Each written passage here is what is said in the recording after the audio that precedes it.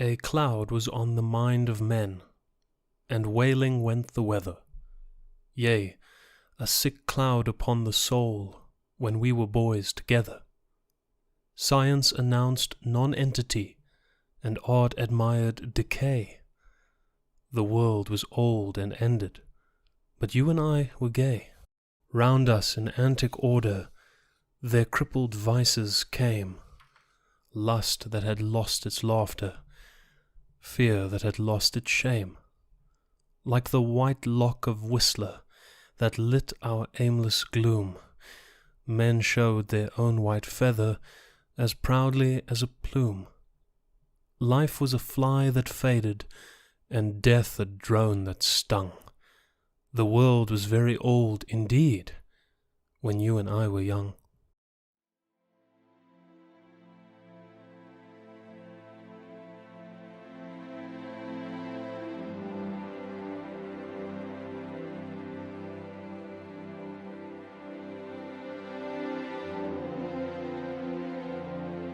They twisted even decent sin to shapes not to be named.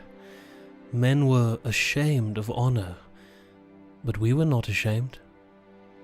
Weak if we were and foolish, not thus we failed, not thus.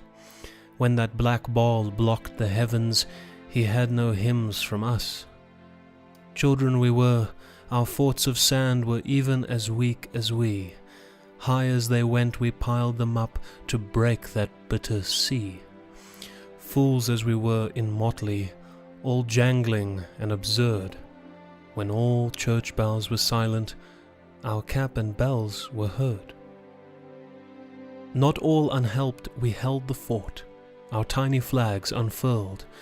Some giants labored in that cloud to lift it from the world. I find again the book we found, I feel the hour that flings, far out of fish-shaped Paumanok, some cry of cleaner things.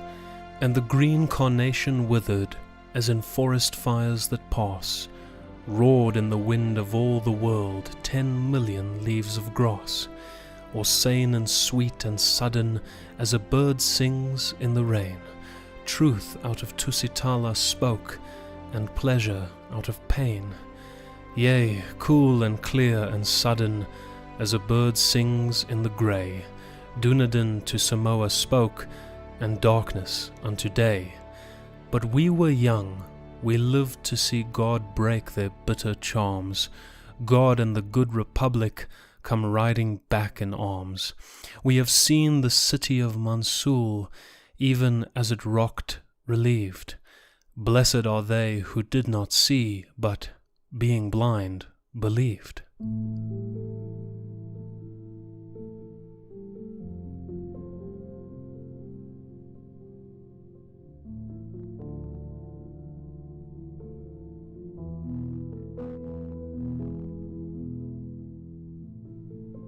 This is a tale of those old fears, even of those emptied hells, and none but you shall understand the true thing that it tells.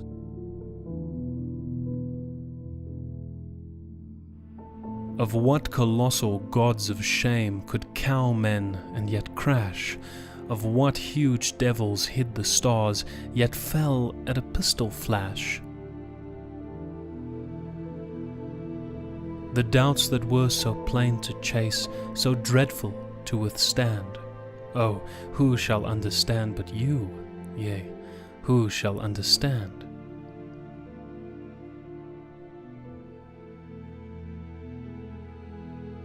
The doubts that drove us through the night, as we two talked amain, and day had broken on the streets, ever it broke upon the brain. Between us, by the peace of God, such truth can now be told. Yea, there is strength in striking root, and good in growing old. We have found common things at last, and marriage and a creed, and I may safely write it now, and you may safely read.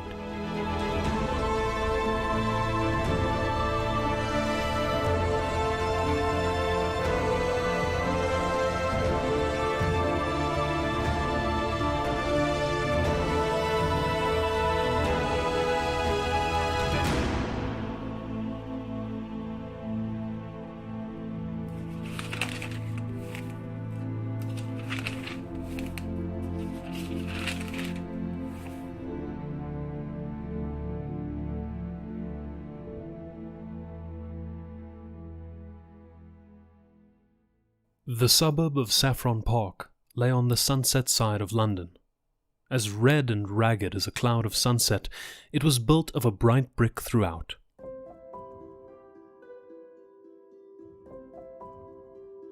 Its skyline was fantastic, and even its ground plan was wild. It had been the outburst of a speculative builder, faintly tinged with art, who called its architecture sometimes Elizabethan and sometimes Queen Anne, apparently under the impression that the two sovereigns were identical. It was described with some justice as an artistic colony, though it never in any definable way produced any art. But although its pretensions to be an intellectual center were a little vague, its pretensions to be a pleasant place were quite indisputable. The stranger who looked for the first time at the quaint red houses could only think how very oddly shaped the people must be who fit in them. Nor when he met the people was he disappointed in this respect. The place was not only pleasant, but perfect, if once he could regard it not as a deception, but rather as a dream. Even if the people were not artist, the whole was nevertheless artistic. That young man with the long auburn hair and the impudent face, that young man was not really a poet, but surely he was a poem. That old gentleman with the wild white beard and the wild white hat, that venerable humbug was not really a philosopher, but at least he was the cause of philosophy in others. That scientific gentleman with the bald egg-like head and the bare bird-like neck had no real right to the airs of science that he assumed. He had not discovered anything new in biology, but what biological creature could he have discovered more singular than himself? Thus and thus only, the whole place had properly to be regarded. It had to be considered not so much as a workshop for artists, but as a frail but finished work of art. A man who stepped into its social atmosphere felt as if he had stepped into a written comedy.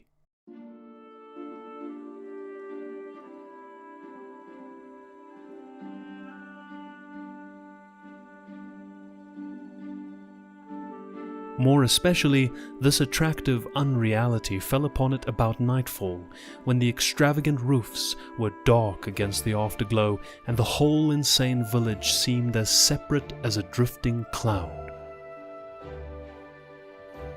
This again was more strongly true of the many nights of local festivity, when the little gardens were often illuminated and the big Chinese lanterns glowed in the dwarfish trees like some fierce and monstrous fruit. And this was strongest of all on one particular evening, still vaguely remembered in the locality, of which the auburn-haired poet was the hero. It was not by any means the only evening of which he was the hero. On many nights those passing by this little back garden might hear his high didactic voice laying down the law to men and particularly to women. The attitude of woman in such cases was indeed one of the paradoxes of the place. Most of the women were of the kind vaguely called emancipated, and professed some protest against male supremacy. Yet these new women would always pay to a man the extravagant compliment which no ordinary woman ever pays to him, that of listening while he is talking. And Mr. Lucian Gregory, the red-haired poet, was really, in some sense, a man worth listening to, even if one only laughed at the end of it.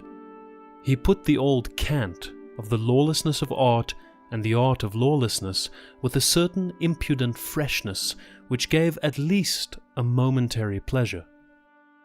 He was helped in some degree by the arresting oddity of his appearance, which he worked, as the phrase goes, for all it was worth.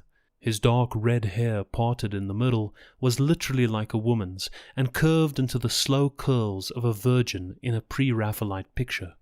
From within this almost saintly oval, however, his face projected suddenly broad and brutal, the chin carried forward with a look of cockney contempt. This combination at once tickled and terrified the nerves of a neurotic population. He seemed like a walking blasphemy, a blend of the angel and the ape.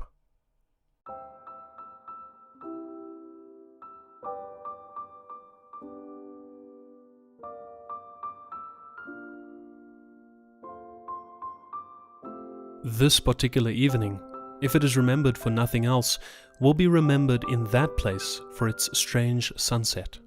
It looked like the end of the world. All the heavens seemed covered with a quite vivid and palpable plumage. You could only say that the sky was full of feathers, and of feathers that almost brushed the face. Across the great part of the dome they were grey, with the strangest tints of violet and mauve, and an unnatural pink or pale green. But towards the west the whole grew past description, transparent and passionate, and the last red-hot plumes of it covered up the sun like something too good to be seen. The whole was so close about the earth as to express nothing but a violent secrecy. The very empyrean seemed to be a secret. It expressed that splendid smallness which is the soul of local patriotism. The very sky seemed small. I say that there are some inhabitants who may remember the evening if only by that oppressive sky. There are others who may remember it because it marked the first appearance in the place of the second poet of Saffron Park. For a long time the red-haired revolutionary had reigned without a rival. It was upon the night of the sunset that his solitude suddenly ended. The new poet, who introduced himself by the name of Gabriel Syme, was a very mild-looking mortal, with a fair, pointed beard and faint yellow hair. But an impression grew that he was less meek than he looked. He signalized his entrance by differing with the established poet, Gregory, upon the whole nature of poetry. He said that he was a poet of law, a poet of order, nay, he said he was a poet of respectability. So all the Saffron Parkers looked at him as if he had that moment fallen out of that impossible sky. In fact, Mr. Lucian Gregory, the anarchic poet, connected the two events. "It may well be," he said in his sudden lyrical manner, "it may well be, on such a night of clouds and cruel colours, that there is brought forth upon the earth such a portent as a respectable poet. You say you are a poet of law. I say you are a contradiction in terms. I only wonder there were not comets and earthquakes on the night you appeared in this garden." The man with the meek blue eyes and the pale, pointed beard endured these thunders with a certain submissive solemnity. The third party of the group, Gregory's sister Rosamond, who had her brother's braids of red hair, but a kindlier face underneath them, laughed with such mixture of admiration and disapproval as she gave commonly to the family oracle. "An artist is identical with an anarchist," he cried. "You might transpose the words anywhere. An anarchist is an artist. The man who throws a bomb is an artist, because he prefers a great moment to everything. He sees how much more valuable is one burst of blazing light, one pearl of perfect thunder, than the mere common bodies of a few shapeless policemen. An artist disregards all governments, abolishes all conventions. The poet delights in disorder only. If it were not so, the most poetical thing in the world would be the Underground Railway." "So it is," said Mr. Syme. "Nonsense," said Gregory, who was very rational when anyone else attempted paradox. "Why do all the clerks and navvies in the railway trains look so sad and tired? So very sad and tired? I will tell you. It is because they know that the train is going right. It is because they know that whatever place they have taken a ticket for, that place they will reach. It is because after they have passed Sloane Square, they know that the next station must be Victoria, and nothing but Victoria. Oh, their wild rapture! Oh, their eyes like stars and their souls again in Eden, if the next station were unaccountably Baker Street." "It is you who are unpoetical," replied the poet Syme. "If what you say of clerks is true, they can only be as prosaic as your poetry. The rare, strange thing is to hit the mark. The gross, obvious thing is to miss it. We feel it is epical when man with one wild arrow strikes a distant bird. Is it not also epical when man with one wild engine strikes a distant station? Chaos is dull, because in chaos the train might indeed go anywhere, to Baker Street or to Baghdad. But man is a magician, and his whole magic is in this, that he does say Victoria, and lo, it is Victoria. No, take your books of mere poetry and prose, let me read a timetable with tears of pride. Take your Byron, who commemorates the defeats of man, give me Bradshaw, who commemorates his victories. Give me Bradshaw, I say. Must you go? Inquired Gregory sarcastically. I tell you, went on Syme with passion, that every time a train comes in, I feel that it has broken past batteries of besiegers, and that man has won a battle against chaos. You say contemptuously that when one has left Sloane Square, one must come to Victoria. I say that one might do 1,000 things instead, and that whenever I really come there, I have the sense of hairbreadth escape. And when I hear the guard shout out the word Victoria, it is not an unmeaning word. It is to me the cry of a herald announcing conquest. It is to me, indeed, Victoria. It is the victory of Adam. Gregory wagged his heavy red head with a slow and sad smile. And even then, he said, we poets always ask the question, and what is Victoria now that you have got there?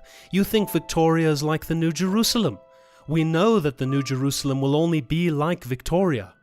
Yes, the poet will be discontented even in the streets of heaven. The poet is always in revolt. There again, said Syme irritably. What is there poetical about being in revolt? You might as well say that it is poetical to be seasick. Being sick is a revolt. Both being sick and being rebellious may be the wholesome thing on certain desperate occasions, but I'm hanged if I can see why they are poetical. Revolt in the abstract is revolting. It's mere vomiting. The girl winced for a flash at the unpleasant word, but Syme was too hot to heed her. It is things going right, he cried, that is poetical. Our digestions, for instance, going sacredly and silently right. That is the foundation of all poetry. Yes, the most poetical thing, more poetical than the flowers, more poetical than the stars. The most poetical thing in the world is not being sick. Really? Said Gregory superciliously. The examples you choose. I beg your pardon, said Syme grimly.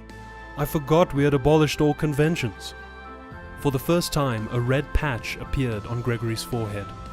You don't expect me, he said, to revolutionize society on this lawn.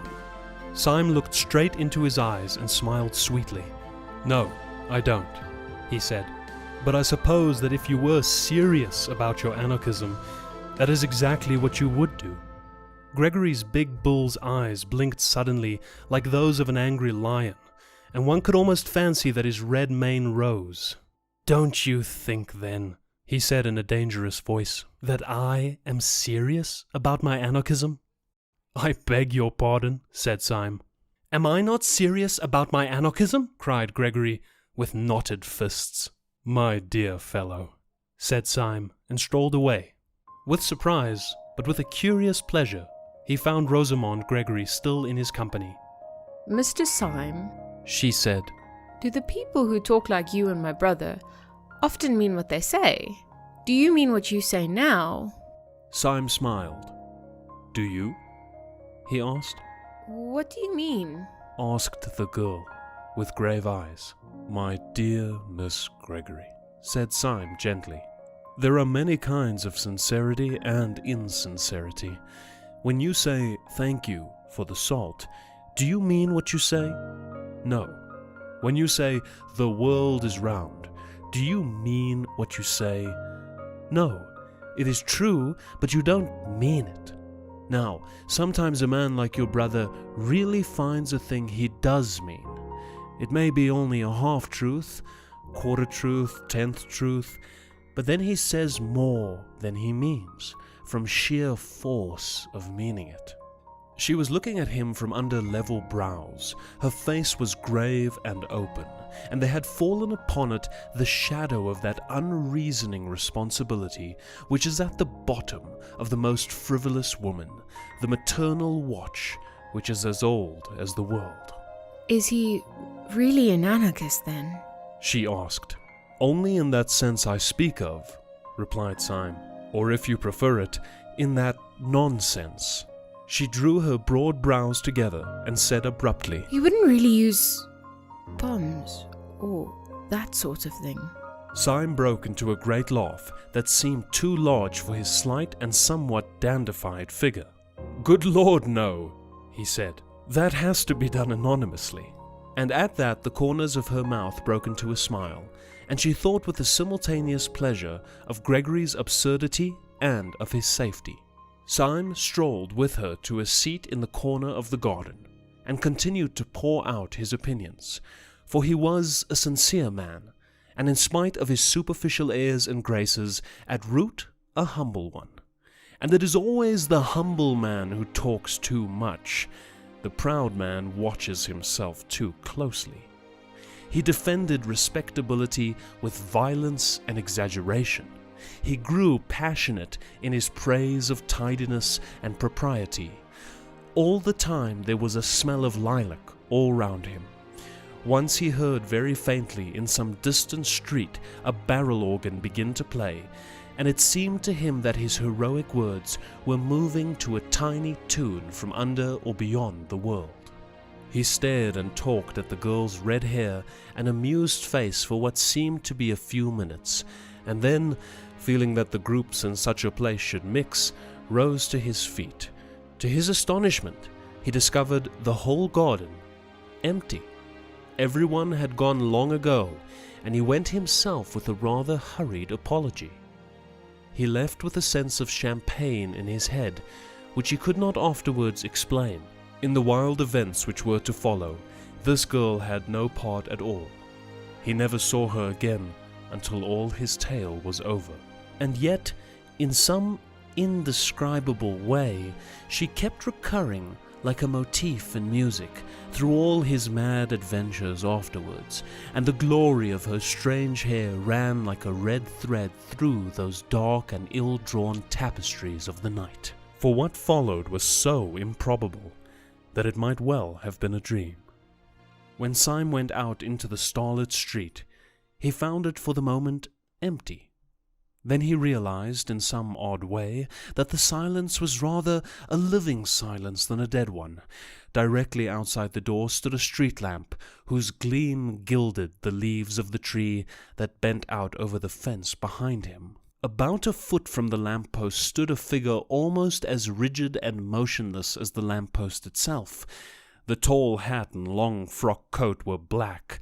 The face, in an abrupt shadow, was almost as dark. Only a fringe of fiery hair against the light, and also something aggressive in the attitude, proclaimed that it was the poet Gregory.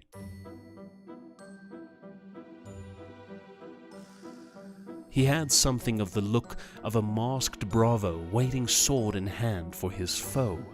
He made a sort of doubtful salute, which Syme somewhat more formally returned. "I was waiting for you," said Gregory. "Might I have a moment's conversation?" "Certainly. About what?" asked Syme in a sort of weak wonder. Gregory stuck out with his stick at the lamppost, and then at the tree.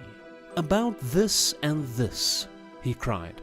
"About order and anarchy. There is your precious order, that lean iron lamp, ugly and barren.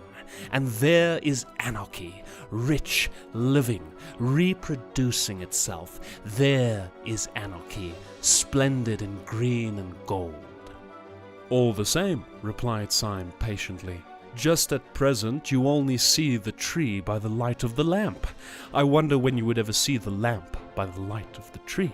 Then after a pause he said, "But may I ask, if you've been standing out here in the dark, only to resume our little argument?" "No," cried out Gregory, in a voice that rang down the street. "I did not stand here to resume our argument, but to end it forever."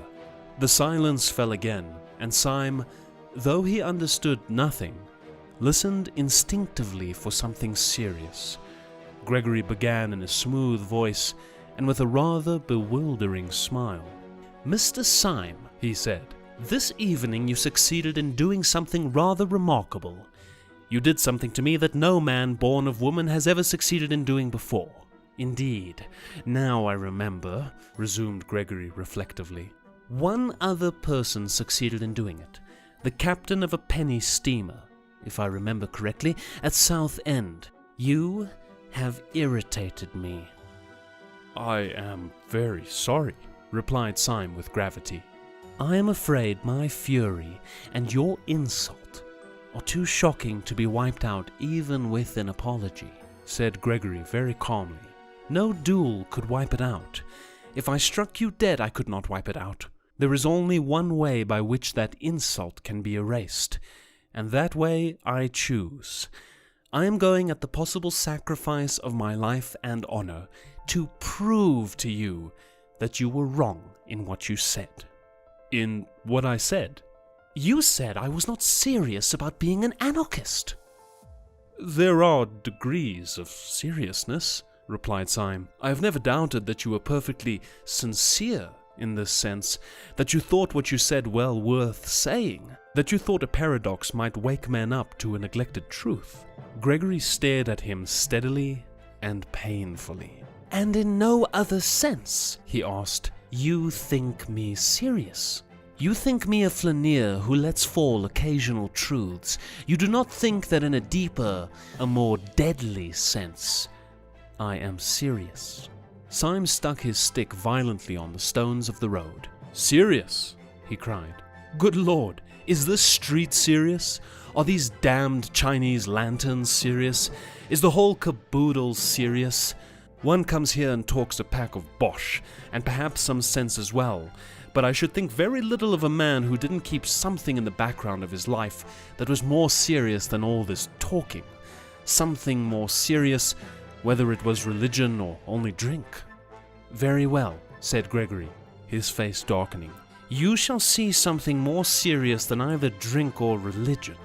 Syme stood waiting with his usual air of mildness until Gregory again opened his lips. "You spoke just now of having a religion. Is it really true that you have one?" "Oh," said Syme with a beaming smile, "we're all Catholics now." "Then may I ask you to swear by whatever gods or saints your religion involves, that you will not reveal what I am now going to tell you to any son of Adam, and especially not to the police? Will you swear that? If you will take upon yourself this awful abnegation, if you will consent to burden your soul with a vow that you should never make, and a knowledge you should never dream about, I will promise you in return—" "You will promise me in return?" inquired Syme, as the other paused. "I will promise you a very entertaining evening." Syme suddenly took off his hat. "Your offer," he said, "is far too idiotic to be declined. You say that a poet is always an anarchist. I disagree. But I hope at least that he is always a sportsman. Permit me here and now to swear as a Christian and promise as a good comrade and a fellow artist that I will not report anything of this, whatever it is, to the police.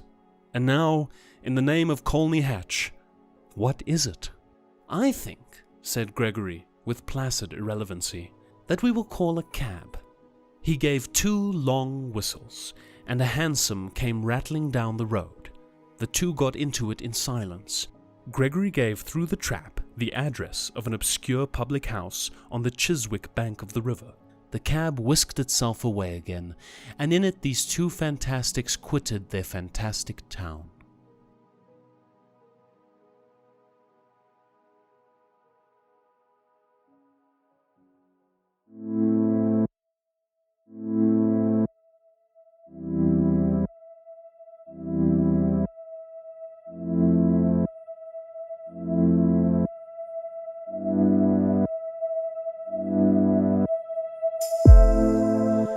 Hi everyone, this is Dylan. Thank you so much for watching this video all the way to the end. I had a lot of fun making it and it was a great project. It was such a big project that I actually wasn't a father before I started it, and I am one now. And the last few months of my life have been absolutely crazy. I had a kid and it just means I haven't had much time for really anything else. So I'm back into routine now and I'm going to start uploading a lot more. I've got a bunch of scripts ready. I've got a new series coming out soon on being a father, which I'm excited to share with all of you. And I wanted to just take this opportunity at the end of this video to again say thank you, and also to mention that I got my first big sponsorship, hooksounds.com. Now, if you create any kind of video or any kind of online content, you obviously sometimes want to use music in your production. I often use music. I think it helps enhance the message in different ways and interesting and creative ways. But of course, the moment you do this, there is the risk of violating some sort of copyright. And so as a consequence, a lot of content creators are forced to kind of look for royalty-free music. But sometimes that has risks because you're not always sure if that piece of music is going to be claimed by someone later on. And then your video could get demonetized, and worst case scenario, your video might get removed. So for this reason, and for this peace of mind that you can get, and so for this reason, Hook Sounds basically provides you with a library of high quality, curated pieces of music, over 3,000 with more being added all the time. And this music's really great. Every piece of music you heard in this video was a song from Hook Sounds, and I'm actually kind of astonished at how good the music is.